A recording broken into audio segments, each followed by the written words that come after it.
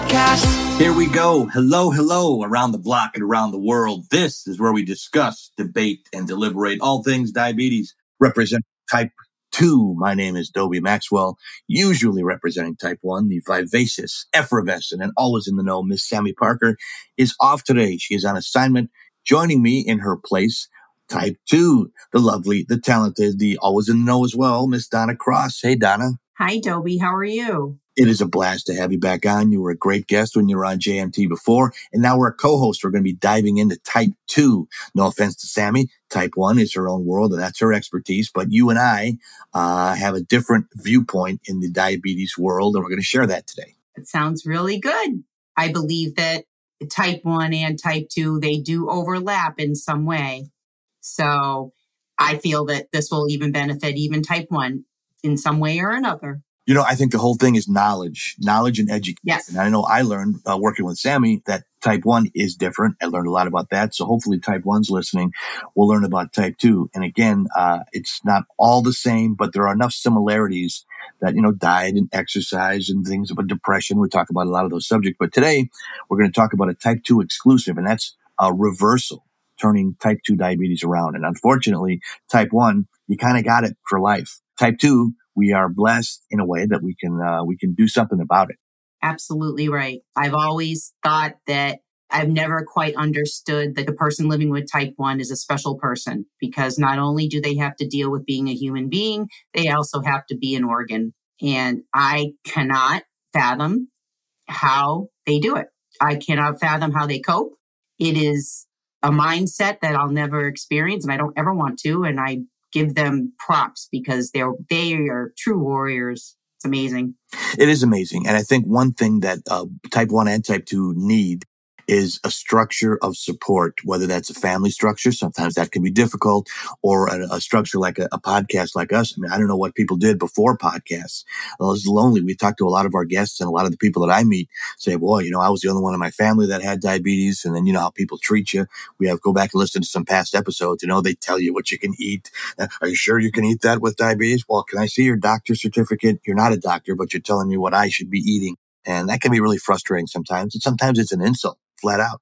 Yes. I think it is all perspective. I think people, for the most part, are well-meaning. However, there is a lot of, let's face it, ignorance. And I'm not talking about negative ignorance, just not a lot of knowledge. And like for me, when I was first diagnosed, Google was my friend. I mean, I Googled everything because in my family, there's type 1 and type 2, but they were all deceased.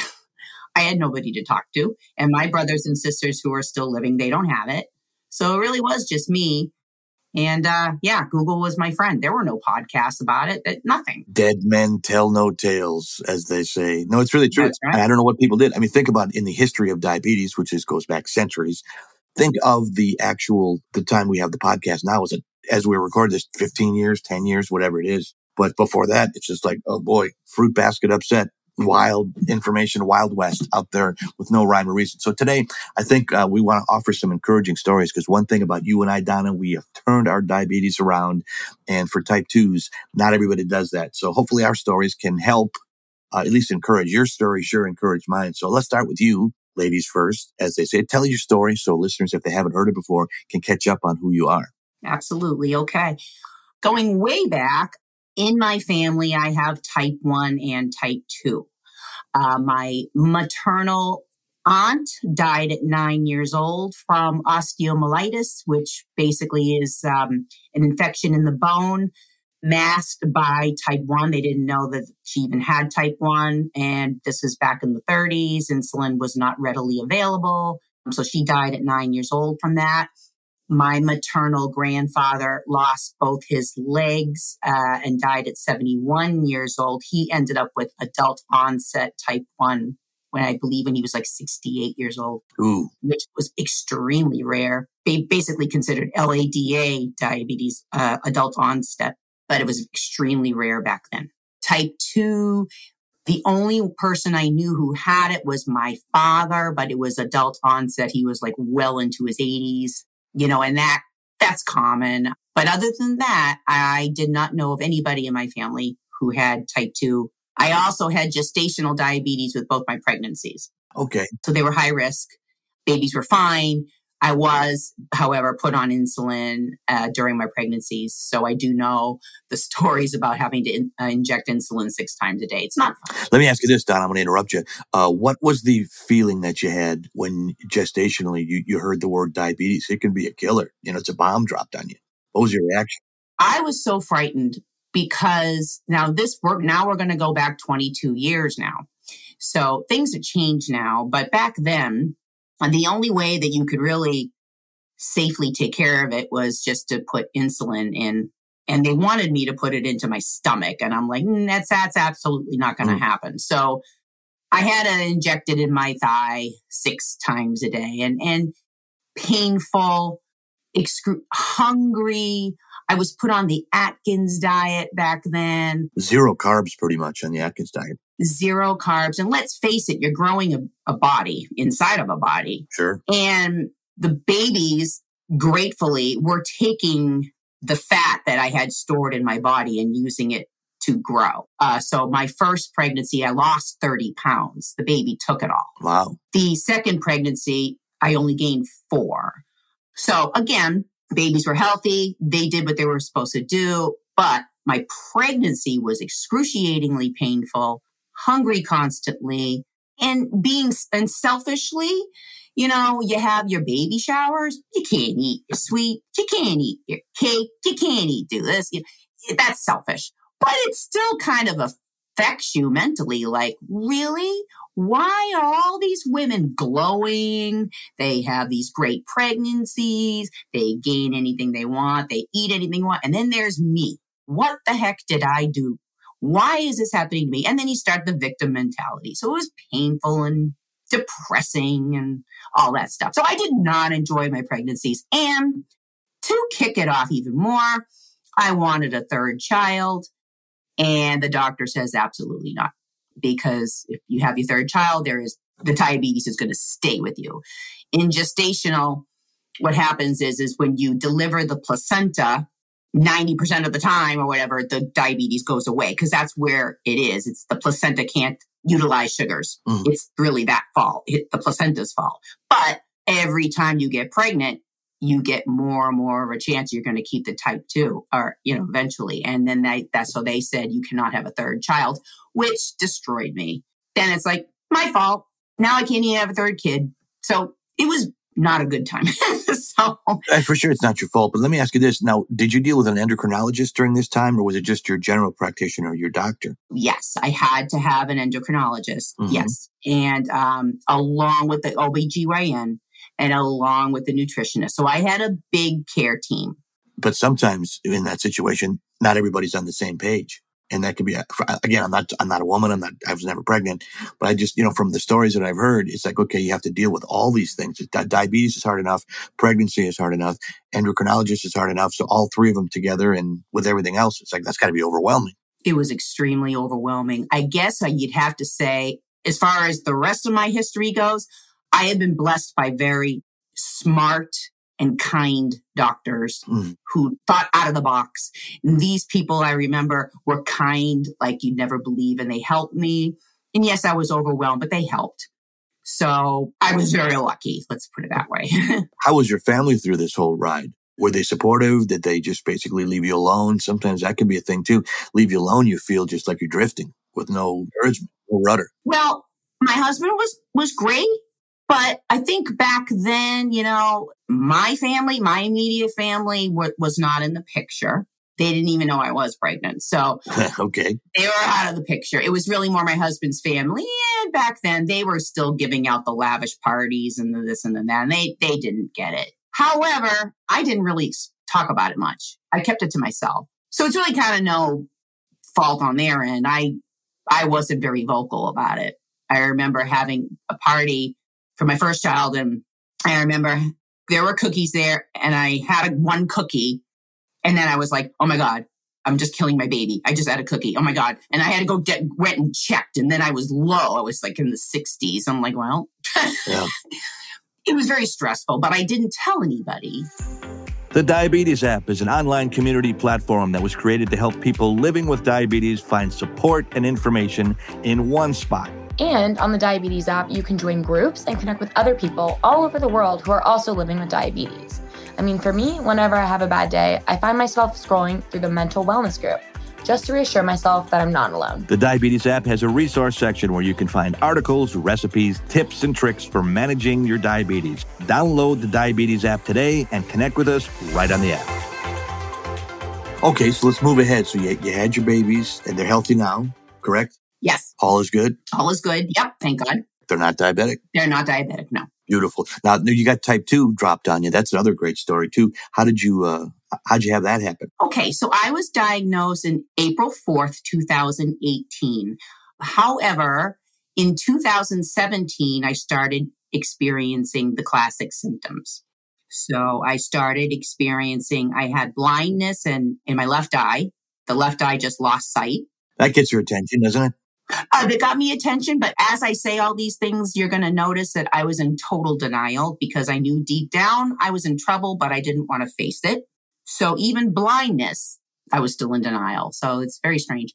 I had the numbness and the tingling in my feet. I had incontinence. That was severe. And thirst. The thirst was crazy. I've never experienced this. It was like the water that I drank tasted like soda. It was like so delicious, and it was voracious and I couldn't get enough of it, but the thirst would just never go away, and dry mouth, and this is awful. Now, did your husband, obviously he noticed this, did he have anything to say, any input? Hey, you might want to see a doctor. How long did this go on? So this went on almost a year.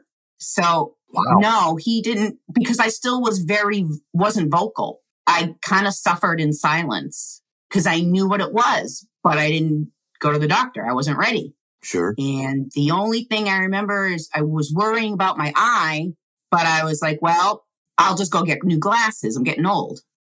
So the weird thing about it is I went to go get new glasses, and then my eyesight started to come back. And it was like, oh, it's my glasses. It was very strange how the whole thing went. Like I was totally like no sight, and then it started getting blurry, and then it was clear. It was very, very strange. I just literally didn't talk about it. It is funny to me how much stronger women tend to be than men. I hate to make generalizations, but it's so true. You're going through all this, you lose your eye, you plug through it a year. For a guy, we get a paper cut. We're in the emergency ward about 5 minutes later. Oh my gosh, what am I going to do? It's amazing the mindset. And I have a lot of respect for you and Sammy and other women who just keep plugging. Because, boy, losing your eyesight, that's an attention getter. It's an attention getter. You're correct. And at the same time, while this was going on, we were moving we had a big old colonial, and we were downsizing to a condo at the time. And it was June, it was hot. And I'm also in denial and thinking, oh, well, all of these things are related to the fact that I'm moving and it's stressful, and, I need new sneakers. This is why I'm thirsty. It's so hot. I'm working so hard. I just was in denial constantly. So the funny thing was we moved into the condo, and literally all the symptoms went away, gone. I was like, okay, it's stress. Were you happy? Were you ecstatic when this happened? Breathed a sigh of relief, but still in the back of my head going, I don't know if I'm a ticking time bomb or not, but I'm going to just go with this, and I'm not going to say a word, and we're all going to be hush hush, and it's all going to be good. But deep down, I was like, I'm in trouble. I know I'm in trouble. Uh-huh. And I was. Easter Sunday was April 3rd, and I binged. I have an eating disorder since around the age of 3, along with major depression and generalized anxiety disorder. So I've had this since around the age of 3 years old. Part of my eating disorder is binging. Sunday, the day before, I binged like I've never binged in my life. For instance, so you have your Easter dinner, and then there's the dessert at the Easter dinner. And then you come back with all the leftovers, and then along with literally a tin of sugar cookies. And I remember eating the whole tin of sugar cookies, which must have been, I would say, 2 dozen maybe. And I ate it all. My husband never said a word. Normally, this time he said, gee, you ate all those. Interesting. So, which he just never did. So the next morning I went to work, didn't feel well. And it was around lunchtime, and I worked at a middle school, and I had to excuse myself. I wasn't feeling well. Went to the bathroom. I started bleeding profusely from the rectum. Oh boy, that blindness was bad. Yep. And I said, well, I'm in trouble. Went to the doctor, to the convenient MD, and they said, well, we think you have a bacterial infection in the bladder that may have spread. Let's check your urine. Immediately I went, uh-oh. They checked my urine. They came back. You're dumping sugar in your urine, Donna. We need to take your blood glucose test. I'm like, here we go. Knew it. And it was 510. Boy, that wasn't the time of day either, was it? And it was not the time of day. And they said, you're going into coma now. Let's go. So call my husband, take me to the ER, pumped me with fluid to check the status of my pancreas to see, if it was still creating insulin. And it was, because you're pumping fluid, and the more fluid that you pump, if your blood sugar goes down, that means your insulin is still being processed and your pancreas is in good shape. If it kept staying high or went up, then your pancreas died. So I was still producing insulin, heart, lungs, kidneys, good. They said, you have type 2 diabetes. Here's some metformin. Go see your doctor tomorrow. Thank you. Have a good day. Went to the doctor the next day. Yep, you got type 2. But I thought to myself, well, this guy's going to tell me I'm going to be on medication for the rest of my life. But he told me the hopeful words, we're going to get you off these meds. We're going to get this weight off. Now we're getting someplace. Now I wanted to get to that point in the story so we could turn it around for people listening, because I know a lot of people have stories that are off the charts. Yours is out there. Mine is out there too. How did you reverse it? Now that's good. The doctor put it in your mind that you could reverse this. I got the same thing with my diagnosis. It's like, okay, you get the bomb dropped on you, but then it's like, okay, but you can have something to do with the reversal. And that, I don't know about you, that motivated me. What happened when you got it? How did you reverse it? Yeah. When he told me that, I had hope. My highest weight, just so you all know, was 339 pounds. Wow. How tall are you, Donna? I'm 5'9". Okay. That's a lot of weight for 5'9". Yep.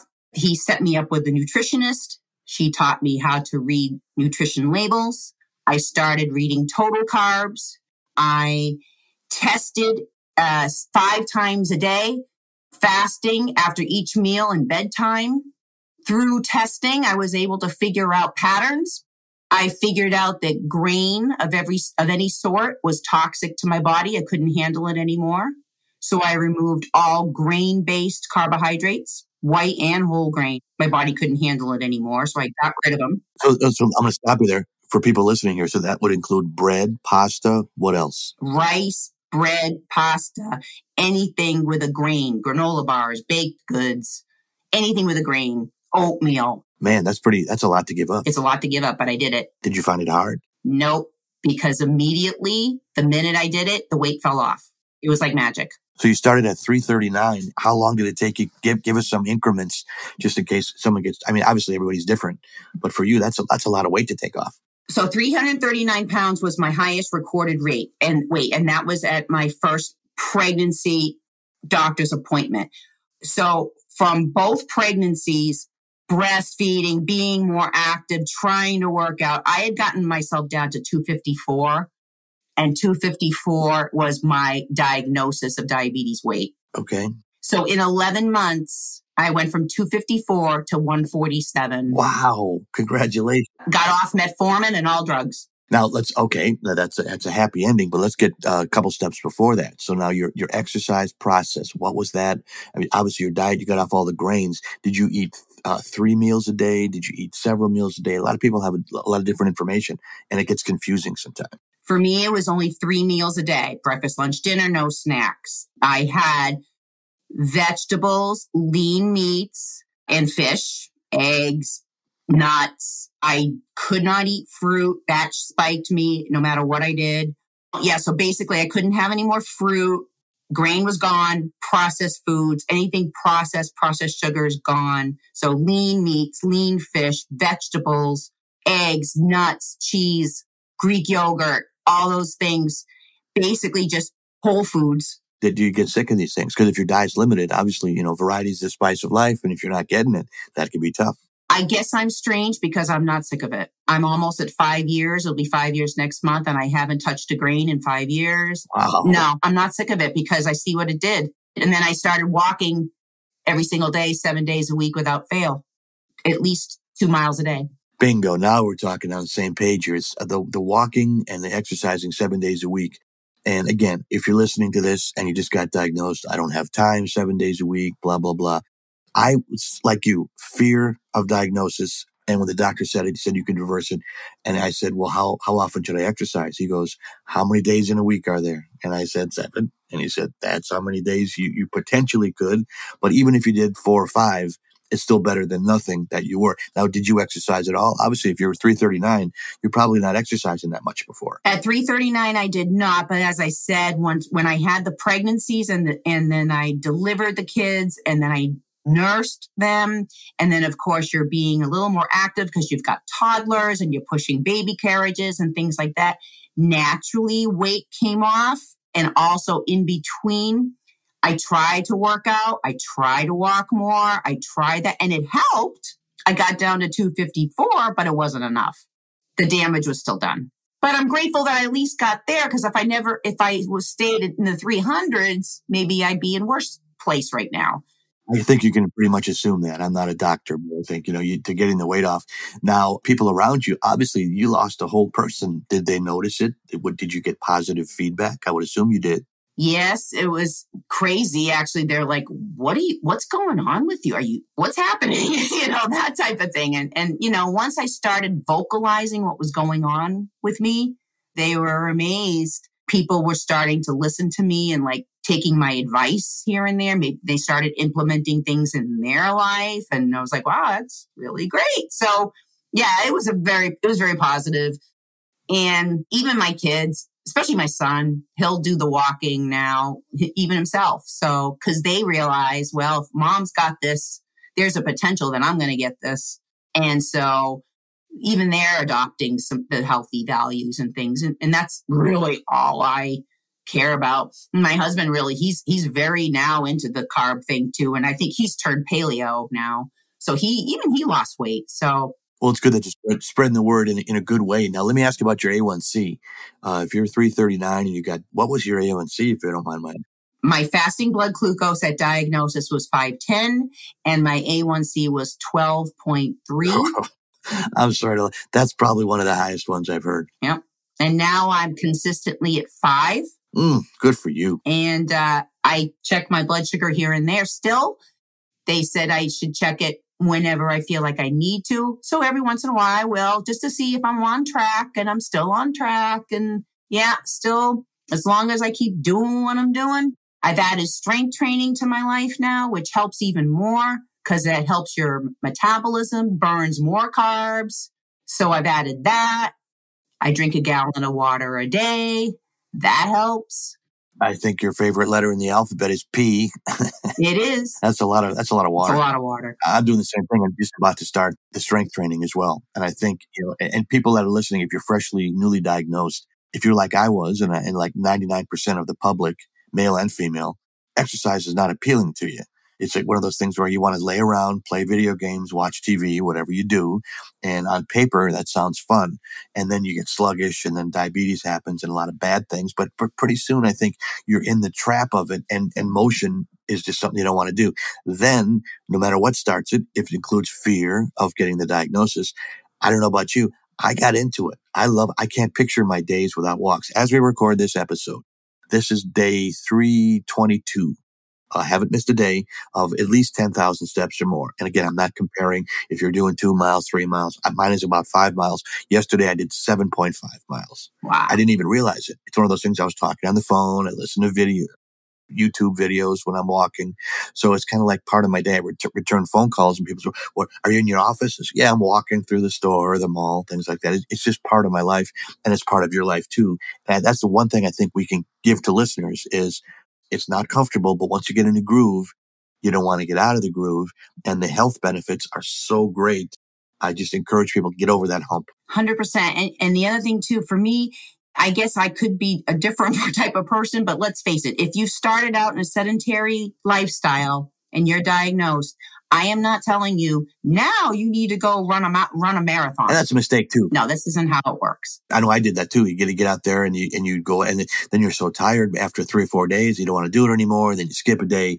Bad habits happen. If it took you a long time to get in that groove, it'll take you a long time to get out of it. Exactly. And so that's why I say baby steps. Start by 5 minutes a day. Walk up and down your stairs twice. Go to the mailbox. Put on a leash on your dog and take the dog for a walk. But do it consistently every day and try to do a little bit after each meal. 5 minutes each meal. It counts. And the more that you do it, then you get stronger and you're like, ooh, maybe I can add 10 minutes. Maybe I can do a little bit more. And then once you get into the groove and before you know it, you're walking a half an hour a day. But give yourself some time. It's not a race. We're not asking you to climb mountains. We just start a little bit. That way you won't get burnt out and you won't feel discouraged. Now, you bring up an interesting point to talk walking short walks after the meals. And I know there has been studies done that it helps keep your blood sugar stable. It's all good in that. What if people can't do that? I mean, to me, you live in a climate, as do I, where weather is an issue. And I think sometimes you have to make it happen. It has to be a priority. Now, I don't know about you, but in the winter months, I will walk in, and I'm probably too cheap to join a gym, but I go to, big grocery stores. There are places to get it done if you really want to. What are your secrets to doing it in inclement weather? Because that's the last thing you want to do is not go because of outside circumstances. You got to do it every day. I tout this and I will till the day I die. It's something called Walk at Home, and they are walking DVDs. And Leslie Sansone started it back in the 80s. She's retired, but it's still going on. They're DVDs, 1 mile, 2 miles, 3 miles, up to 5 miles. Pop in the DVD, do 15 minutes. You just stand in front of the TV and like walk. Stand right in front of the TV, march in place. And then there's very simple movements that you can do.